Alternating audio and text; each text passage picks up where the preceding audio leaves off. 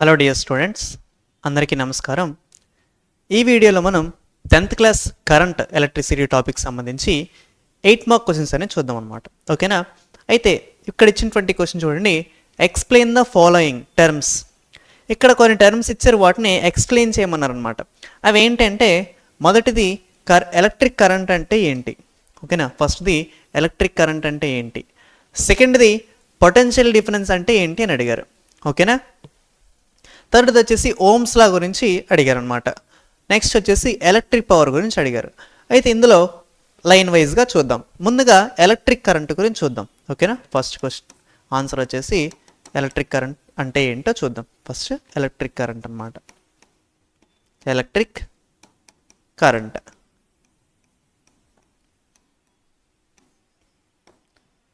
అయితే ఈ electric current definition రాసే ముందు అసలు ఎలక్ట్రిక్ కరెంట్ అంటే ఏంటో తెలుసుకోండి. ఓకేనా? ఎలక్ట్రిక్ కరెంట్ అంటే ఏంటో తెలియాలంటే ముందుగా డ్రూడ్ అండ్ లారెన్స్ అనేటువంటి ఇద్దరు సైంటిస్టులు ఉన్నారన్నమాట. ఇది ఎవరు? డ్రూడ్ అండ్ లారెన్స్ అనేటువంటి ఇద్దరు సైంటిస్టులు ఉన్నారు. ఓకేనా? అయితే వీళ్ళు ఏం చెప్పారంటే కరెంట్ అంటే ఏంటని చెప్పారంటే, మొదట ఒక కండక్టర్ తీసుకుందాం. ఓకేనా? ఒక కండక్టర్ అనేది తీసుకుందాం. కండక్టర్ అంటే ఒక సింపుల్గా వైర్ అనేది తీసుకుందాం. ఓకేనా? అయితే ఒక కండక్టర్లో మొత్తంగా 2 టైప్స్ ఆఫ్ ఛార్జెస్ అనేవి ఉంటాయంట. జనరల్గా ఎన్ని టైప్ ఆఫ్ ఛార్జెస్ ఉంటాయి? 3 టైప్ ఆఫ్ ఛార్జెస్ ఉంటాయి. అవేంటి? Negative charge. నెగిటివ్ ఛార్జ్ అంటే ఏంటమ్మా? ఎలక్ట్రాన్స్. అలాగే నెక్స్ట్ వచ్చేసి పాజిటివ్ ఛార్జ్. ఓకేనా? పాజిటివ్ ఛార్జ్ అంటే ఏంటి? ప్రోటాన్స్. అలాగే న్యూట్రల్ ఛార్జ్. న్యూట్రల్ ఛార్జ్ అన్న జీరో ఛార్జ్ అన్న న్యూట్రాన్స్ అనమాట. అయితే ఇందులో వీళ్ళిద్దరు ఏం చెప్పారంటే, న్యూట్రాన్స్ గురించి పక్కన పెడితే ఇందులో కూడా 2 ఛార్జెస్ అనేవి ఉంటాయంట. అవునా? ఆ 2 ఛార్జెస్ ఏంటి అంటే పాజిటివ్ ఛార్జ్ అలాగే నెగిటివ్ ఛార్జ్. ఒకటి ప్రోటాన్, ఇంకోటి న్యూట్రాన్, అదే ఎలక్ట్రాన్. అయితే ఇవి 2 కూడా ఎలా ఉంటాయి అంటే చూడండి. ముందుగా పాజిటివ్ ఛార్జ్ గురించి చెప్తే, ఇవన్నీ కూడా పాజిటివ్ ఛార్జ్ అంతా కూడా కండక్టర్ అంతా కూడా స్టేబుల్గా ఒక లాటిస్ రూపంలో ఉంటుందంట. ఎలా ఉంటుంది? స్టేబుల్గా ఒక లాటిస్ రూపంలో ఉంటుందంట. చూడండి, ఇప్పుడు సపోజ్ ఇక్కడ ఒక పాజిటివ్ ఛార్జ్ ఉంది అనుకుందాం. ఓకేనా? సేమ్ కాన్స్టెంట్ డిస్టెన్స్ మెయింటైన్ చేస్తూ ఇలా పాజిటివ్ ఛార్జెస్ అనేవి ఉంటాయంట. ఓకేనా? ఇలా ఉంటే దీన్ని మనం లాటిస్ అంటాం. క్యూబిక్ లాటిస్ అంటాం కదా. ఒక క్యూబ్ ఉంది. క్యూబ్ ఎడ్జ్ చుట్టూరా, క్యూబ్ ఎడ్జెస్లోను సెంటర్లోని మాత్రమే పాజిటివ్ ఛార్జెస్ ఉన్నాయి అనుకోండి. ఓకేనా? అలా ఉంటే దాన్ని లాటిస్ అంటాం అనమాట. పాజిటివ్ ఛార్జ్ కలిగినటువంటి లాటిస్ అంటాం. సో ఇది కూడా అలాగే ఉంది, అలానే ఉంటుందంట. ఓకేనా? ఇక్కడ పాజిటివ్ ఛార్జెస్ అనేవి ఎలా ఉంటాయి, మరి నెగిటివ్ ఛార్జెస్ అనేవి ఎలా ఉంటాయి? ఎలా ఉంటాయమ్మా? నెగిటివ్ ఛార్జెస్ అనేవి ఎలా ఉంటాయి అంటే ర్యాండమ్గా ఎటు పడితే అట్టే మూవ్ అవుతూ ఉంటాయంట. ఎప్పుడు? దీని మధ్య ఈ కండక్టర్లో ఎటువంటి బ్యాటరీని మనం కనెక్ట్ చేయనప్పుడు, అంటే ఇందులో కరెంట్ అనేది లేనప్పుడు ఎలక్ట్రాన్స్ అనేవి ఇలా ఉంటాయి, ప్రోటాన్స్ అనేవి స్టేబుల్గా ఉంటాయని చెప్పారు. ఓకేనా? ఎలక్ట్రాన్స్ అనేవి ర్యాండమ్గా ఏదో ఒక డైరెక్షన్లో మూవ్ అవుతూ ఉంటాయి, ప్రోటాన్స్ అనేవి స్టేబుల్గా ఉంటాయంట. ఎప్పుడు? దీనిపైన, ఈ కండక్టర్ పైన ఎటువంటి కరెంట్ అనేది లేనప్పుడు. మరి వన్స్ ఒకవేళ కరెంట్ అనేది అంతా కూడా పంపించినట్టయితే, దీంట్లో కరెంట్ అనేది ఉన్నట్టయితే, ఒకవేళ కరెంట్ అంతా కూడా దీనికి పాస్ చేసినట్టయితే, కరెంట్ పాస్ అయినప్పుడు ఇవి ఎలా ప్రవర్తిస్తే చూద్దాం. అయితే కరెంట్ పాస్ అయిన తర్వాత, కరెంట్ అనేది పాస్ అయిన తర్వాత ఇవి ఎలా ప్రవర్తిస్తాయి అంటే చూడండి, ఎలక్ట్రాన్స్ అంతా కూడా ఒకే డైరెక్షన్లో మూవ్ అవుతాయి. ఏంటమ్మా? ఎలక్ట్రాన్స్ అంతా కూడా ఒకే డైరెక్షన్లో మూవ్ అవుతాయి. ఇప్పుడు సపోజ్ కరెంట్ అంటే సింపుల్గా అర్థం ఏంటంటే, ఎప్పుడైనా వాటర్ కరెంట్ అనే పదం గురించి విన్నారా? వాటర్ కరెంట్ కానీ, లేదా ఎయిర్ కరెంట్ అనే పదం గురించి కానీ విన్నట్టయితే తెలుస్తుంది. ఈ వాటర్ కరెంట్ అంటే ఏంటంటే, ఒక రివర్ తీసుకున్నట్టయితే రివర్లో మూవ్ అవుతున్న వాటర్ అంతా కూడా ఎలా మూవ్ అవుతుంది? ఒకే డైరెక్షన్లో మూవ్ అవుతుంది. అవునా? ఒకే డైరెక్షన్లో మూవ్ అవడాన్ని మనం ఏమంటాం? అక్కడ వాటర్ మూవ్ అవుతుంది కాబట్టి ఆ రకమైన ప్రాసెస్ని ఏమన్నామంటే వాటర్ కరెంట్ అన్నాం. మరి ఎయిర్ కరెంట్ అంటే ఏంటి? ఎయిర్ అంతా కూడా ఒకే డైరెక్షన్లో మూవ్ అవుతే దాన్ని మనం ఎయిర్ కరెంట్ అంటాం. ఒకే డైరెక్షన్లో మూవ్ అవుతే దాన్ని ఎయిర్ కరెంట్ అంటాం. మరి ఇక్కడ ఎలక్ట్రిక్ కరెంట్ అంటే ఏంటంటే, ఈ ఎలక్ట్రాన్స్ అన్ని కూడా ఒకే డైరెక్షన్ మూవ్ అవుతే దాన్ని మనం ఎలక్ట్రిక్ కరెంట్ అంటాం అనమాట. ఇప్పుడు దీనికి ఏదైనా కరెంట్ని, బ్యాటరీని కనెక్ట్ చేసినట్టయితే, ఒక కండక్టర్, ఇది కండక్టర్, దీని లోపల పాజిటివ్ ఛార్జెస్ ఇలా ఉంటాయి. దీనికి ఒకవేళ బ్యాటరీని కనెక్ట్ చేసినట్టయితే ఎలక్ట్రాన్స్ అన్నీ కూడా స్ట్రైట్గా మూవ్ అవ్వడం స్టార్ట్ అవుతాయంట. ఓకేనా? సో ఇవన్నీ కూడా బ్లాక్ అన్నీ కూడా ఎలక్ట్రాన్స్ అనమాట. ఇలా మూవ్ అవ్వడం స్టార్ట్ అవుతాయి. అర్థమైందా? సో ఇక్కడ కరెంట్ అనేది వచ్చింది, ఇలా ఉన్నప్పుడే కరెంట్ అనేది పాస్ అయినట్టు. మరి దీని ద్వారా కరెంట్ అంటే ఏంటో తెలుసుకుందాం. ఇప్పుడు ఎలక్ట్రాన్స్ అన్నీ కూడా ఏం చేస్తున్నాయి? మోషన్ చేస్తున్నాయి, అవునా? ఒక ప్లేస్ నుంచి ఇంకో ప్లేస్కి వెళ్తున్నాయి. సో మోషన్ ఆఫ్ ఎలక్ట్రాన్సే కరెంట్ అంటున్నాం. మరి మోషన్ అంటే అర్థం ఏంటి? మోషన్ అంటే ఏంటంటే చూడండి, మోషన్ అంటే అర్థం ఏంటంటే ఏదైనా ఒక ఆబ్జెక్ట్ అనేది మోషన్లో ఉంది అని ఎలా చెప్తామంటే దాని యొక్క పొజిషన్ని, అవునా, దాని యొక్క పొజిషన్ని టైంతో పాటుగా మారినట్టయితే, టైం మారినప్పుడు దాని యొక్క పొజిషన్ అనేది మారితే కనుక దాన్ని మనం మోషన్ అంటాం. ఇప్పుడు సపోజ్ ఒక ఆబ్జెక్ట్ అనేది ఒక పొజిషన్లో ఉంది, ఏ అనే పొజిషన్లో ఉందనుకుందాం, ఓకేనా? ఇప్పుడు ఇది ఏ అనే పొజిషన్లో 0 సెకండ్ దగ్గర ఉంది. ఇప్పుడు 3 సెకండ్స్ అయ్యాయి. 3 సెకండ్స్ గడిచేలోగా ఏ నుంచి బి ప్లేస్కి మారింది, అవునా? ఏ నుంచి బి ప్లేస్కి మారిందనమాట. సో ఇక్కడ 0 సెకండ్ నుంచి 3 సెకండ్స్ వరకు టైం మారినప్పుడు అదే ఆ టైం మారే సమయంలోనే ఇదేం మారింది? దీని యొక్క పొజిషన్ని మారింది. సో ఈ ఆబ్జెక్ట్ అనేది ఎలా ఉన్నట్టు? మోషన్లో ఉన్నట్టు, అవునా? సేమ్ ఇక్కడ కూడా ఎలా ఉన్నాయి? ఎలక్ట్రాన్స్ అనేవంతా కూడా మోషన్లో ఉన్నాయి. అయితే ఈ ఎలక్ట్రాన్స్ అంటే ఏంటి? సింపుల్గా ఎలక్ట్రాన్స్ అన్నిటిని మనం ఏమంటామంటే చార్జెస్ అంటాం, అవునా? ఎలక్ట్రాన్స్ అన్నిటిని ఏమంటాం? చార్జెస్ అంటాం, ఓకేనా? సో ఛార్జ్ని దేంతో డినోట్ చేస్తామంటే ఛార్జ్ క్యూతో డినోట్ చేస్తాం అమ్మా, ఓకేనా? క్యాపిటల్ క్యూ ఆర్ స్మాల్ క్యూతో డినోట్ చేస్తాం. సో ఈ ఛార్జెస్ అన్నీ కూడా మోషన్లో ఉన్నప్పుడే కరెంట్ అనేది వస్తుంది, అవునా? ఛార్జెస్ అన్నీ కూడా మోషన్లో ఉన్నప్పుడే కరెంట్ అనేది వస్తుంది. సో కరెంట్ యొక్క డెఫినేషన్ ఏంటి చూడండి. కరెంట్ యొక్క డెఫినేషన్ ఏంటంటే the motion of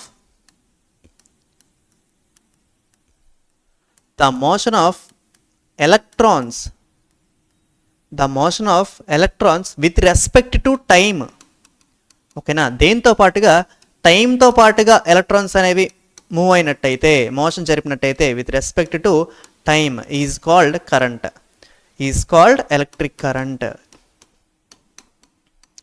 is called electric current, ఓకేనా? సో మరి ఇలా డెఫినేషన్ రాస్తే అయిపోదు కదా, దీనికి డెరివేషన్ అంటే ఈక్వేషన్ కూడా రాయాలన్నమాట. సో కరెంట్ దేంతో డినోట్ చేస్తామంటే క్యాపిటల్ ఐతో డినోట్ చేస్తాం, అవునా? సో మరి ఏమన్నాం? మోషన్ ఆఫ్ ఎలక్ట్రాన్స్ అన్నాం. ఎలక్ట్రాన్స్ని జనరల్గా ఎలక్ట్రాన్స్ని దేంతో డినోట్ చేస్తాం? ఇక్కడ చార్జెస్తో డినోట్ చేస్తాం, అవునా? ఛార్జ్ని దేంతో డినోట్ చేస్తాం? క్యూతో డినోట్ చేస్తాం, అవునా? మరి విత్ రెస్పెక్ట్ టు టైం అన్నామంటే దీని మోషన్ అంటే ఏంటంటే విత్ రెస్పెక్ట్ టు టైంతో మూవ్ అవుతుంది, అంటే దాని అర్థం Q/T అని అర్థం, ఓకేనా? ఇక్కడ Q అంటే ఏంటి? ఛార్జ్ అనమాట. T అంటే ఏంటి?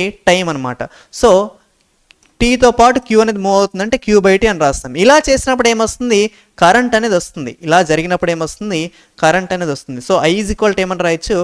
Q/T అని రాయొచ్చు, అవునా? I ఈజ్ ఈక్వల్ టు ఏమని రాయొచ్చు? Q/T అని రాయొచ్చు.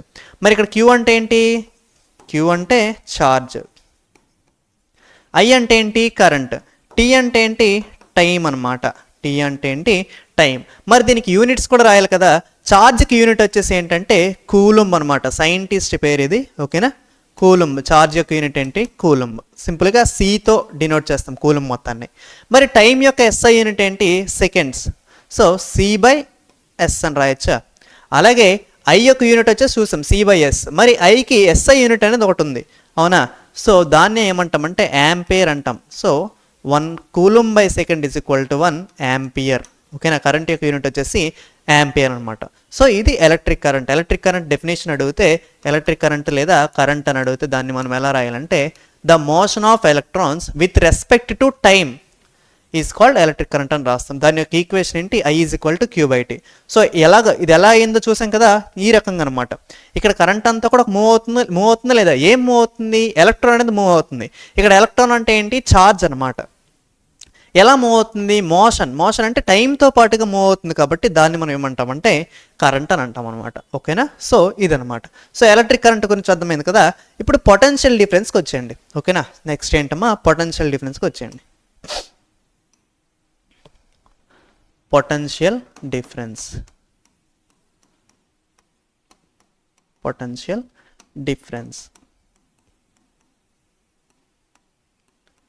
ఓకే కదా. మరి ఈ పొటెన్షియల్ డిఫరెన్స్కి ఇంకో పేరే వచ్చేసి ఏంటంటే వోల్టేజ్ అనమాట. పొటెన్షియల్ డిఫరెన్స్కి ఇంకో పేరేంటి? వోల్టేజ్.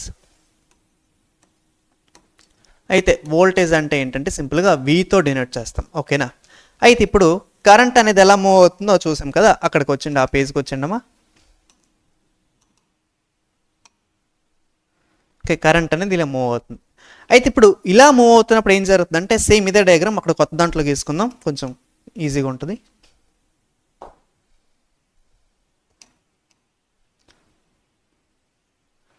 ఇది అనేది అంతా ఒక కండక్టర్. దీంట్లో ఎలక్ట్రాన్స్ అనేవి ఎలా ఉన్నాయి, ముందుగా ప్రోటాన్స్ తీసుకుందాం. ప్రోటాన్స్ అనేవి ఎలా ఉన్నాయి, ఒక కాన్స్టెంట్ డిస్టెన్స్ని మెయింటైన్ చేస్తూ ఇలా ఉన్నాయి అన్నమాట.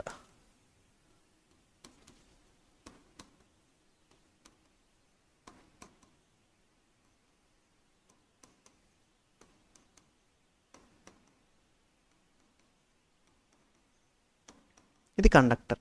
ఇప్పుడు ఇందులో నుంచి ఎలక్ట్రాన్స్ అనేవి మూవ్ అవుతున్నాయి, అవునా, ఇందులో ఎలక్ట్రాన్స్ అనేవి మూవ్ అవుతున్నాయి. ఇప్పుడు పొటెన్షియల్ డిఫరెన్స్ అంటే ఏంటో తెలియాలంటే ఇక్కడ చిన్న ప్రాసెస్ చూడండి.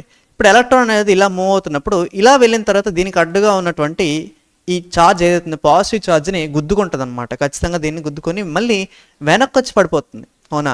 మరి పడిపోగానే వెంటనే ఆగుతుందంటే లేదు, మళ్ళీ లేచి మళ్ళీ నడుస్తుంది, మళ్ళీ ఇంకో దానికి వచ్చి మళ్ళీ గుద్దుకొని మళ్ళీ వెనక్కి వచ్చి ఆగిపోతుంది, అవునా. సో ఇలా ఇలా ఇలా వెళ్ళి వచ్చి ఇలా ఈ చివరి నుంచి ఆ చివరి వరకు ఎలక్ట్రాన్ అనేది చేరుకుంటుంది అనమాట. అర్థమైందా? ఎలక్ట్రాన్ ఒక ప్లేస్ నుంచి ఇంకో ప్లేస్కి వెళ్ళాలంటే ఇంత సమయం పడుతుంది, చాలా సమయం పడుతుంది అనమాట. ఎలక్ట్రాన్ ఒక ప్లేస్ నుంచి ఈ చివరి నుంచి ఆ చివరి వరకు వెళ్ళాలంటే, ఓకేనా. ఎందుకంటే ఈ మధ్యలో ఏం జరుగుతుంది, వాటిని గుద్దుకొని వెనక్కి వచ్చేస్తుంది, అవునా. ఇలా వెనక్కి వచ్చే టైంలో అనేది డ్రిఫ్ట్ వెలాసిటీని మెయింటైన్ చేస్తుంది. A velocity? డ్రిఫ్ట్ వెలాసిటీని మెయింటైన్ చేస్తుంది అనమాట, ఓకేనా. అయితే ఇప్పుడు మనకి ఏం కావాలి, పొటెన్షియల్ డిఫరెన్స్ లేదా వోల్టేజ్ అంటే ఏంటో తెలియాలి, అవునా. అయితే ఇప్పుడు చూడండి, అది గుద్దుకొని వెనక్కి వచ్చేస్తుంది, అవునా, ప్రతిసారి వెనక్కి వచ్చేస్తుంది. వెనక్కి వచ్చి పడిపోయిన ప్రతిసారి దాన్ని వెనకాతల నుండి లేపుతున్నదెవరు, తనంతట తానుగా లెగట్లేదు, ఓకేనా. ఇప్పుడు సపోజ్ చూడండి, ఒక ఎలక్ట్రాన్ అనేది ఉందంటే దీని చుట్టూ కూడా ఎలక్ట్రిక్ ఫీల్డ్ అనేది మెయింటైన్ చేస్తుంది, అవునా. ఒక ఎలక్ట్రాన్ అనేది ఒక ప్లేస్లో ఉందంటే దాని చుట్టూ అంతా కూడా ఎలక్ట్రిక్ ఫీల్డ్ అనేది మెయింటైన్ చేస్తుంది. మరి ఇన్ని ఎలక్ట్రాన్స్ ఇక్కడ ఉన్నప్పుడు దీని చుట్టూ అంతా కూడా ఏముంటాయమ్మా, ఎలక్ట్రిక్ ఫీల్డ్ అనేది ఉంటుందా ఉండదా? దీని చుట్టూ అంతా కూడా ఏముంటుంది, ఎలక్ట్రిక్ ఫీల్డ్ అనేది ఉంటుంది. దీన్ని మనం ఈఎఫ్ అనుకుందాం, ఎలక్ట్రిక్ ఫీల్డ్, ఓకేనా. అయితే ఇప్పుడు ఇది పడిపోయిన ప్రతిసారి, ఎలక్ట్రాన్ అనేది పడిపోయిన ప్రతిసారి ఎవరు పుష్ చేస్తున్నారంటే ఎలక్ట్రిక్ ఫోర్స్ అనేది పుష్ చేస్తుంది. ఎవరు? ఎలక్ట్రిక్ ఫీల్డ్ ఫోర్స్ అనేది పుష్ చేస్తుంది అనమాట. ఏ ఫోర్స్? ఎలక్ట్రిక్ ఫీల్డ్ ఫోర్స్ అనేది దాన్ని మళ్ళా పుష్ చేస్తుంది. సో ఈ ఫోర్స్ని ఏమనుకుందామంటే ఎఫ్, కిందన సఫిక్స్లో ఈ అని రాయండి. ఈ అంటే ఎలక్ట్రిక్ ఫీల్డ్ ఫోర్స్ కదా, ఇది ఒక ఫోర్స్, సఫిక్స్లో ఈ దేనికంటే ఎలక్ట్రిక్ ఫీల్డ్ ఫోర్స్, కాబట్టి ఇక్కడ ఉన్నటువంటి ఫోర్స్ ఏంటి, ఈఎఫ్ అనమాట. ఎఫ్ఈ, ఎలక్ట్రిక్ ఫీల్డ్ ఫోర్స్, ఓకేనా. అయితే ఇప్పుడు చూడండి, ఈ కండక్టర్ యొక్క లెంత్ని ఇక్కడ నుంచి ఇక్కడ కొన్న డిస్టెన్స్ని ఎల్ మీటర్స్ అనుకుందాం, ఓకేనా. ఇక్కడ నుంచి ఇక్కడ కొన్న డిస్టెన్స్ని ఏమనుకుందాం, ఎల్ మీటర్స్ అనుకుందాం, ఓకేనా. సో ఇప్పుడు చూడండి, మనకు పొటెన్షియల్ డిఫరెన్స్ అంటే ఏంటంటే ఇక్కడ ఫోర్స్ ఉంది, అలాగే డిస్టెన్స్ కూడా ఉంది, అవునా. ఫోర్స్ ఉంది, డిస్టెన్స్ ఉంది. వర్క్ ఫార్ములా ఏంటమ్మా, work is equal to force into distance or displacement. Force into displacement అనుకుందాం. సో ఓకే, మరి ఇక్కడ ఫోర్స్ ఉంది, అలాగే డిస్ప్లేస్మెంట్ కూడా ఉంది. డిస్ప్లేస్మెంట్, డిస్టెన్స్ ఇక్కడ రెండు ఒకటే. అయితే ఇక్కడ వర్క్ని మనం డబ్ల్యూ అని అనుకుందాం, ఓకేనా. ఇక్కడ ఫోర్స్ ఉందా లేదా, ఎలక్ట్రాన్స్ని ఇక్కడ నుంచి పుష్ చేస్తుంది ఎవరు, పుష్ చేసి ఈ లెంత్ అంతా కూడా మూవ్ అయ్యేటట్టుగా ఈ చివరి నుంచి ఆ చివరి వరకు అది మూవ్ అయ్యేటట్టుగా పుష్ చేస్తున్నటువంటి ఫోర్స్ ఎవరంటే ఎఫ్ఈ, అవునా. సో ఫోర్స్ ప్లేస్లో ఎఫ్ సఫిక్స్లో ఈ రాసుకుందాం. మరి డిస్ప్లేస్మెంట్ ఎంత, డిస్ప్లేస్మెంట్ ఎంత, ఈ లెంత్ ఆఫ్ ది కండక్టర్ ఎంత అయితే అంతే కదా అవుతుంది. ఈ చివరి నుంచి ఆ చివరి వరకు లెంత్ ఎల్ అనుకున్నాం, కాబట్టి ఇక్కడ కూడా ఎల్ఏ వేసుకుందాం, ఓకేనా. So W is equal to ఏమొచ్చింది, ఎఫ్ఈ ఇంటూ ఎల్ వచ్చింది, అవునా. ఇది వర్క్ అనమాట. మరి పొటెన్షియల్ డిఫరెన్స్ అంటే ఏంటంటే ఇప్పుడు చూడండి, ఛార్జ్ పైన ఒక ఫోర్స్ అనేది జరిగింది, వర్క్ అనేది జరిగింది, అవునా. ఛార్జ్ పైన ఫోర్స్ ఉపయోగించి కొంత డిస్ప్లేస్మెంట్ మూవ్ అయిందంటే అక్కడ ఏమైనట్టు, వర్క్ అయినట్టు. ఎవరి చేత వర్క్ అయింది, ఎలక్ట్రిక్ ఫీల్డ్ ఫోర్స్ చేత వర్క్ అయింది, అవునా. ఎవరి చేత వర్క్ అయింది, ఎలక్ట్రిక్ ఫీల్డ్ ఫోర్స్ చేత వర్క్ అయింది. ఎవరి మీద వర్క్ అయింది, ఓకేనా. ఎవరి మీద వర్క్ అయిందంటే ఛార్జ్ పైన వర్క్ అయింది. సింపుల్, ఎలక్ట్రాన్ ఛార్జ్ పైన వర్క్ అయింది. ఎందుకు వర్క్ అయింది, ఈ చివరి నుంచి ఆ చివరి వరకు పంపించడానికి వర్క్ అయింది, అవునా. ఏది వర్క్ చేసింది, ఏ ఫోర్స్, ఎలక్ట్రిక్ ఫీల్డ్ ఫోర్స్, ఓకేనా. సో ఎలక్ట్రిక్ ఫీల్డ్ ఫోర్స్ అనేది ఛార్జ్ పైన వర్క్ చేసి ఈ చివరి నుంచి ఆ చివరి వరకు పంపించడాన్ని మనం ఏమంటామంటే ఈ వోల్టేజ్ అంటాం అనమాట, ఓకేనా. మీకు అర్థం కాలేదు కదా, డెఫినేషన్ రాస్తాను చూడండి. పొటెన్షియల్ డిఫరెన్స్ లేదా వోల్టేజ్ యొక్క డెఫినేషన్ ఏంటంటే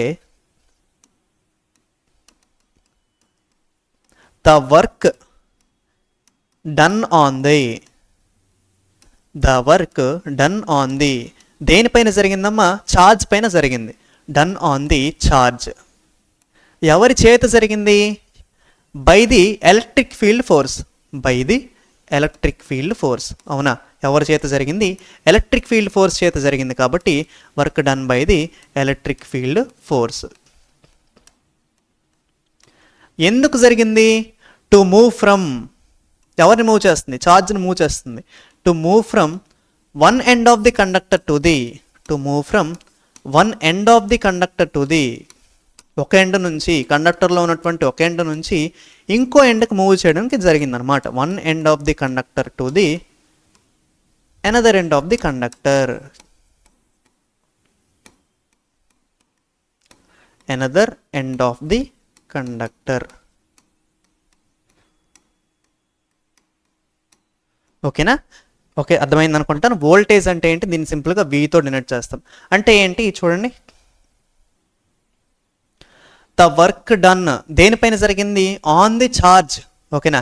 ఎవరి చేత జరిగింది? ఎలక్ట్రిక్ ఫీల్డ్ ఫోర్స్ చేత జరిగింది.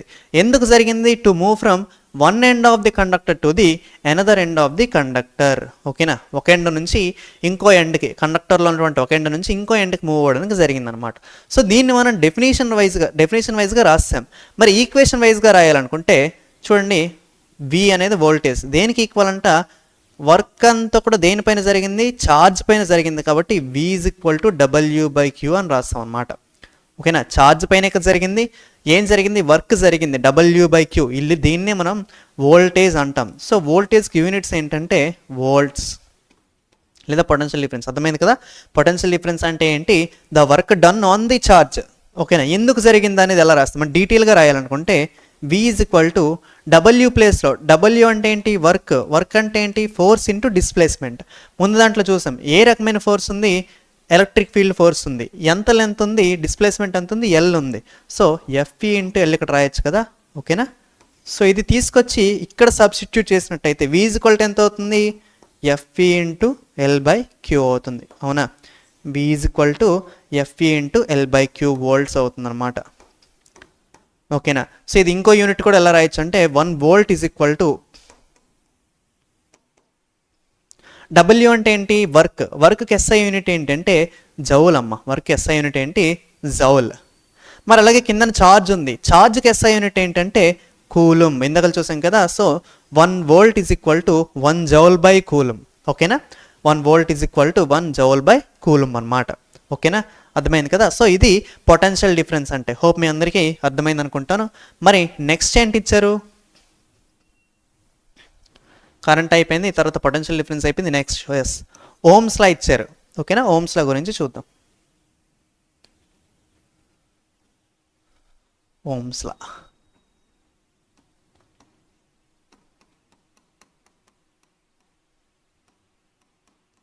ఓమ్స్లా ఏంటో చూద్దాం. సింపుల్గా ఓమ్స్లకు ఒక డయాగ్రామ్ ఉంటుంది. ఆ డయాగ్రామ్ ఇక్కడ గీస్తాను చూడండి. ఏం లేదు, ఒక సర్క్యూట్లో 4 వోల్టేజ్ ఉంటాయి అనుకుందాం. 4 వోల్టేజ్ ఉంటాయి. ఇప్పుడు దీన్ని వోల్టేజ్ అనుకుందాం. ఓకేనా? ఇవన్నీ కూడా వోల్టేజ్ సప్లయర్స్. ఇవన్నీ కూడా దేనికి కనెక్ట్ అయ్యాయి? ఒక రెసిస్టర్కి కనెక్ట్ అయ్యాయి. ఓకేనా? దేనికి కనెక్ట్ అయ్యామా? ఒక రెసిస్టర్కి కనెక్ట్ అయ్యాయి. మరి వోల్టేజ్ని మెజర్ చేయడానికి ఏముండాలి? ఒక వోల్ట్ మీటర్ అనేది ఉండాలా లేదా? వోల్ట్ మీటర్ అనేది ఉంది.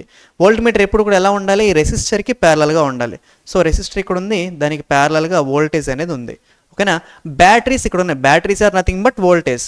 సో ఇదంతా కూడా దేనికి కనెక్ట్ అయ్యింది? ఇలా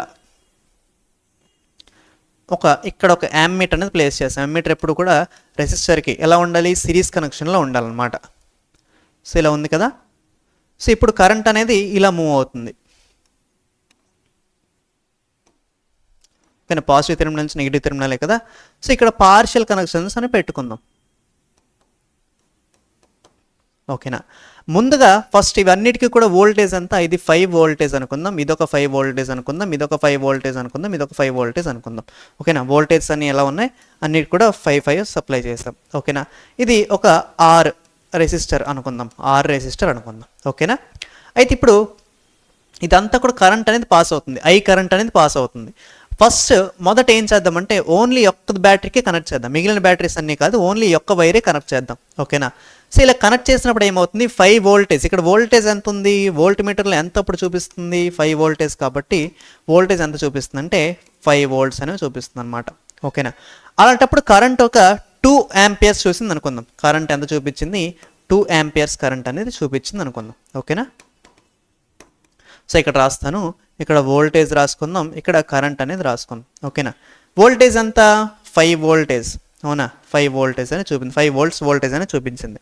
ఆ 5 వోల్టేజ్ చూపించినప్పుడు కరెంట్ ఎంత చూపించిందంట 2 ఆంపియర్స్ అనుకోండి జస్ట్. ఇప్పుడు ఏం చేద్దామంటే ఈ వైర్ను కూడా కలుపుదాం. ఓకేనా? ఇప్పుడు ఎంత కనెక్ట్ అయ్యింది, 2 బ్యాటరీస్ కనెక్ట్ అయ్యాయి, అంటే 2 వోల్టేజ్లు కనెక్ట్ అయ్యాయి. ఇప్పుడు వోల్టేజ్ ఎంత అవుతుంది, 5 + 5 10 వోల్ట్స్ అయ్యింది. ఇలా 10 వోల్ట్స్ అయినప్పుడు కరెంట్ డెఫినెట్లుగా ఏమవుతుందంట 4 ఆంపియర్స్ అవుతుంది అనమాట. మరి 5 వోల్టేజ్కి 2 ఆంపియర్స్ కరెంట్ అయినప్పుడు 10 వోల్టేజ్కి ఎంత అవుతుంది, 2 ఆంపియర్స్ కరెంట్ అవుతుంది. నెక్స్ట్ అలా కాకుండా ఇక్కడ ఇది కూడా కనెక్ట్ చేద్దాం. ఇప్పుడు ఎంత అవుతుంది, 15 వోల్ట్స్ అవుతుంది. ఎంత అవుతుంది, 15 వోల్ట్స్ అవుతుంది. మరి కరెంట్ ఎంత అవ్వాలి, 6 ఆంపియర్స్ అవ్వాలి. అవునా? నెక్స్ట్ లాస్ట్ది కూడా కనెక్ట్ చేసినట్టయితే మొత్తం కరెంట్, మొత్తం వోల్టేజ్ ఎంత అవుతుంది, 20V అవుతుంది. మరి కరెంట్ ఎంత అవ్వాలి, 8 ఆంపియర్స్ అవ్వాలి. సో ఇక్కడ మీరు అబ్జర్వ్ చేసినట్టయితే వోల్టేజ్ అనేది 5 నుంచి 10కి పెరిగినప్పుడు ఇక్కడ కరెంట్ కూడా 2 to 4 పెరిగింది. ఇలా వోల్టేజ్ అనేది పెరిగే కొద్దీ కరెంట్ ఏమవుతుంది, కరెంట్ కూడా పెరుగుతుంది అనమాట. సో ఇక్కడ ఎలా ఉంది అంటే ఈ వోల్టేజ్ అనేది కరెంట్కి డైరెక్ట్లీ ప్రపోర్షనల్గా ఉంది. వోల్టేజ్ అనేది ఎలా ఉంది, కరెంట్కి డైరెక్ట్లీ ప్రపోర్షనాలిటీ అర్థం ఏంటంటే ఇది ఎలా అయితే బిహేవ్ చేస్తుందో దీనికి డైరెక్ట్లీ ప్రపోర్షనాలిటీగా ఉన్నది కూడా అలానే బిహేవ్ చేస్తుంది. సో ఇది ఇంక్రీజ్ అవుతుంది, ఇది డిక్రీజ్ అయితే అది కూడా డిక్రీజ్ అవుతుంది అనమాట. సో మరి ఓమ్స్లో మీకు అదంతా అర్థమైంది అనుకుంటాను ఇవి ఎందుకున్నాయో. ఓకేనా? +or- పెట్టుకోండి. ఇక్కడ వోల్టేజ్ కూడా. సో వోల్ట్ మీటర్లో వోల్టేజ్ మెజర్ చేస్తాం, మీటర్లో కరెంట్ మెజర్ చేస్తాం. ఇక్కడ 4 బ్యాటరీస్ పెట్టామన్నమాట వోల్టేజ్ని పెంచడానికి. ఓకేనా? సో వోల్టేజ్ పెరిగే కొద్దీ కరెంట్ కూడా పెరుగుతుంది. ఆ వోల్టేజ్ మెజర్ చేయడానికి ఇక్కడ వోల్ట్ మీటర్, అలాగే కరెంట్ మెజర్ చేయడానికి అక్కడ మీటర్ అనేది పెట్టామన్నమాట. ఓకేనా? అయితే ఇప్పుడు ఇదంతా కూడా ఓమ్స్లో మీకు అర్థమైంది. ఓకేనా? అయితే మరి దీని డెఫినేషన్ రూపంలో రాయాలంటే ఎలా, ఓమ్స్లా డెఫినేషన్ చూడండి. ఓమ్స్లా రాస్తాను. At constant temperature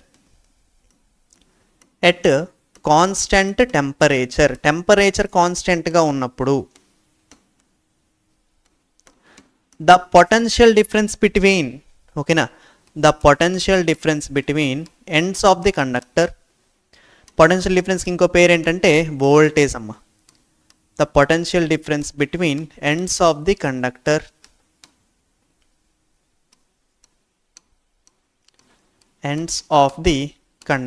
potential difference మొత్తానికి 2 ఎండ్స్కి మధ్య ఉన్నటువంటి పొటెన్షియల్ డిఫరెన్స్ అనేది దేనికి డైరెక్ట్లీ ప్రపోర్షనల్గా, conductor is directly proportional to electric current. దేనికి డైరెక్ట్లీ ప్రపోర్షనల్గా ఉంటుందంట, ఎలక్ట్రిక్ కరెంట్కి డైరెక్ట్లీ ప్రపోర్షనల్ టు ఎలక్ట్రిక్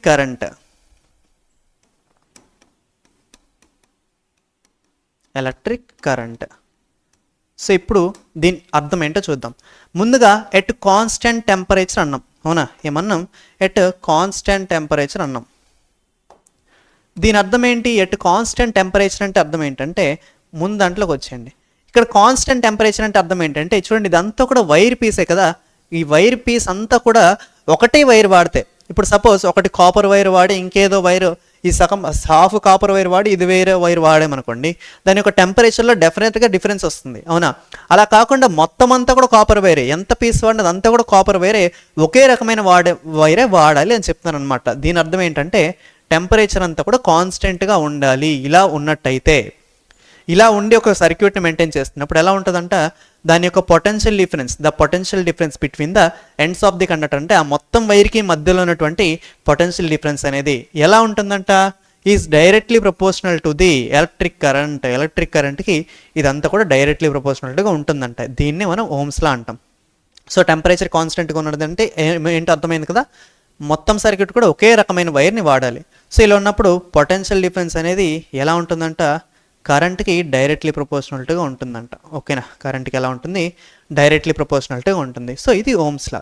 మరి ఇక్కడ ప్రపోర్షనాలిటీ తీసేస్తే ఇక్కడ ఏం రావాలి, ప్రపోర్షనాలిటీ కాన్స్టెంట్ అనేది రావాలి. ఈజ్ ఈక్వల్ టు వచ్చేటప్పుడు ప్రపోర్షనాలిటీ కాన్స్టెంట్ అనేది రావాలి. సో ఆ కాన్స్టెంట్ ఇక్కడ ఏంటంటే రెసిస్టెన్స్. కాన్స్టెంట్ ఇక్కడ ఏంటమ్మా రెసిస్టెన్స్. మరి రెసిస్టెన్స్ అంటే ఏంటి? రెసిస్టెన్స్ అంటే ఏంటంటే ఇందాక మనం చూసాం కదా ఎలక్ట్రిక్ కరెంట్లో ఇలా మూవ్ అవుతున్నప్పుడు ఏవైతే ఎలక్ట్రాన్స్ అనేవి అలా మూవ్ అవుతున్నాయో దానికి ఆపోజిట్లో ఏమడుతుంది? పాజిటివ్ ఛార్జెస్ అనేవి అడుగుతుంది. చూద్దాం, కంప్లీట్గా చూద్దాం. ఇలా చూడండి, ఇలా మూవ్ అవుతున్నప్పుడు ఇక్కడ వీటిని గుద్దుకుంటున్నాయంటే దాని అర్థం ఏంటి? అక్కడ ఏదో రకమైన ఫోర్స్ ఉంది. ఇలా మూవ్ అవుతున్నాయంటే దీనికి ఎలక్ట్రిక్ ఫీల్డ్ ఫోర్స్ సహాయం చేస్తుంది. మరి ఇక్కడ అడ్డుతున్నాయంటే దీని అర్థం ఏంటి? పాజిటివ్ ఛార్జెస్కి ఎవరు సహాయం చేస్తున్నట్టు అంటే అక్కడ ఒక కనిపించని ఫోర్స్ ఉంది. ఆ ఫోర్స్ పేరే రెసిస్టెన్స్ అనమాట. సింపుల్గా రెసిస్టెన్స్ అంటే ఏంటంటే ఏదైతే ఎలక్ట్రాన్స్ ఫోర్స్ ఉందో ఆ ఫోర్స్కి ఆపోజిట్గా వచ్చే ఫోర్స్నే రెసిస్టెన్స్ అంటాం అనమాట. సో అది ఇక్కడ కాన్స్టెంట్గా ఉంది. దీని అర్థం ఏంటంటే ఇప్పుడు సపోజ్ చూడండి, ఇక్కడ వోల్టేజ్ పెరిగే కొద్దీ కరెంట్ అనేది ఓవర్ఫ్లో ఎందుకు అయిపోవట్లేదు? ఎందుకు కొంచెం కొంచెంగా మాత్రమే పెరుగుతుంది? 2 ఎందుకు పెరుగుతుంది? దాని అర్థం ఏంటంటే రెసిస్టెన్స్ అనేది అక్కడ ఆపుతుంది అనమాట. ఎంత కావాలో అంతే పంపిస్తుంది, ఎంత వోల్టేజ్కి అంతే కరెంట్ పంపిస్తుంది అనమాట. అందుకే కరెంట్ అనేది ఎక్కువగా రావట్లేదు. సో అందుకే ఇక్కడ కూడా ఏమొచ్చింది? ఒక కాన్స్టెంట్ అనేది వచ్చింది అనమాట. ఆ కాన్స్టెంట్ పేరే రెసిస్టెన్స్. సో ఇప్పుడు ఓమ్స్లా ఏమవుతుంది? V = IR అవుతుంది. ఓకేనా? V = IR అవుతుంది. హియర్ V అంటే ఏంటమ్మా? V = potential difference or voltage. దీన్నే వోల్టేజ్ అని కూడా అంటాం. దీని యొక్క యూనిట్ ఏంటి? వోల్ట్స్. ఓకేనా? సో V యొక్క యూనిట్ ఏంటి? వోల్ట్స్. అలాగే I అంటే ఏంటి? ఇక్కడ I అంటే మనకు అందరికీ తెలుసు. I అంటే ఏంటి? కరెంట్ అనమాట. I అంటే ఏంటమ్మా? కరెంట్. ఓకేనా? దీని యూనిట్స్ ఏంటి? యాంపియర్. దీని యూనిట్స్ ఏంటి? యాంపియర్స్. మరి R అంటే ఏంటి? ఆల్రెడీ చూసాం. R అంటే రెసిస్టెన్స్. R అంటే ఏంటమ్మా? రెసిస్టెన్స్. మరి రెసిస్టెన్స్ యొక్క యూనిట్ ఏంటంటే ఓమ్స్ అనమాట. ఓమ్ యొక్క సింబల్ ఇలా ఉంటుంది. ఓకేనా? ఓమ్ కూడా ఒక సైంటిస్ట్. రెసిస్టెన్స్ యూనిట్స్ ఏంటి? ఓమ్స్. సో ఇది ఓమ్స్ల యొక్క ఈక్వేషన్. ఇది దీని యొక్క డెఫినేషన్. అలాగే ఇది దాని యొక్క డయాగ్రామ్ అనమాట. ఇలా ఓమ్స్లని మనం డెరైవ్ చేసుకోవాలి. అర్థమైంది అనుకుంటా అందరికీ ఓమ్స్లా. మరి నెక్స్ట్ వచ్చేది ఏంటి? నెక్స్ట్ లాస్ట్ ఉన్నట్టు ఏంటి అంటే ఎలక్ట్రిక్ పవర్ అంటే ఏంటి అని అడిగారు. ఏమడిగారు? Electric power. Electric power.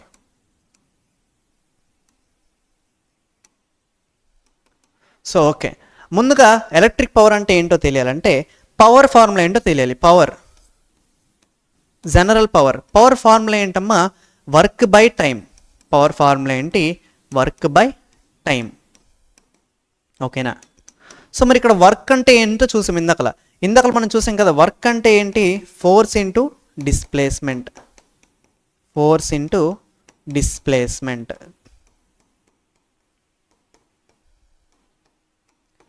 Force into displacement.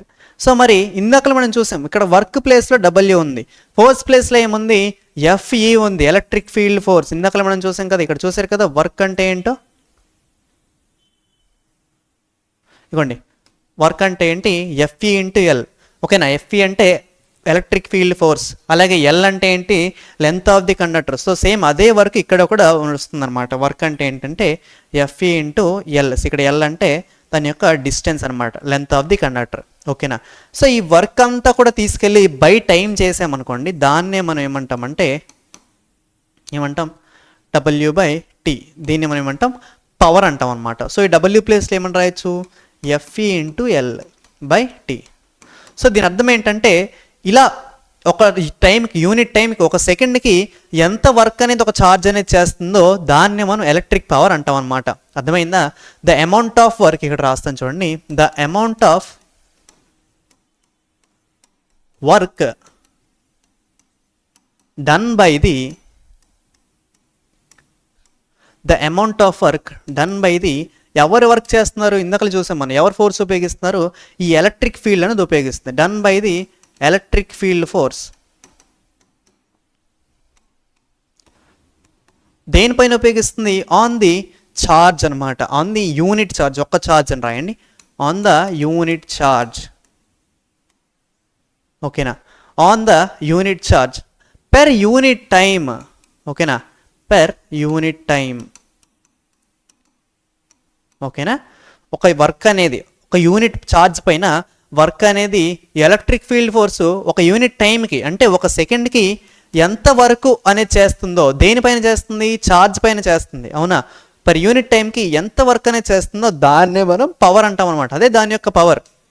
So P is equal to W/T. ఇక్కడ W అంటే ఏంటి, FE ఇంటూ L/T కదా, ఓకేనా. So P is equal to W/T. ఇక్కడ W అంటే ఏంటమ్మా, FE ఇంటూ L/T అనమాట.